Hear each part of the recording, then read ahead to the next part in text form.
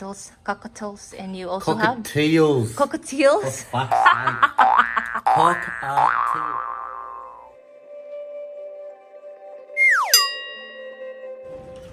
I'm here in our other house, and we will see Papa's little birds.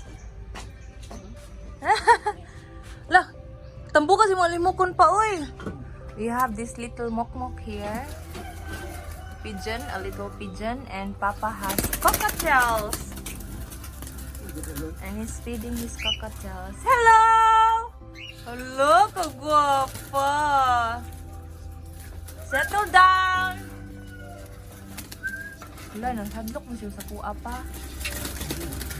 So, Papa is putting the skeleton pa? Ang tawag ana? Of the squid.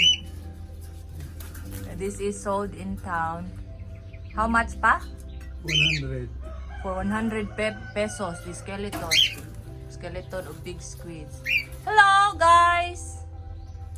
This is from my cousin who owns a poultry in south of Davao. And he sells this for 6,000 a pair, pa? Oh, a pair. Yeah. And this is just free for Papa. It's so nice. Like my cousin used to have like those colorful birds, like looking like little parrots. I don't know how to call that one. But now he's got cockatiels also. And some moringas so they won't pick each other. Keep them busy, and it's healthier also for them to have moringa. How good is that? Hello, Makmak! Look at your fat Mok. Wow! Very fat. Kagmay man tong nasa farm pa, oy. Tinsas manok. Yehey! Very sexy. Oh, you happy? Happy?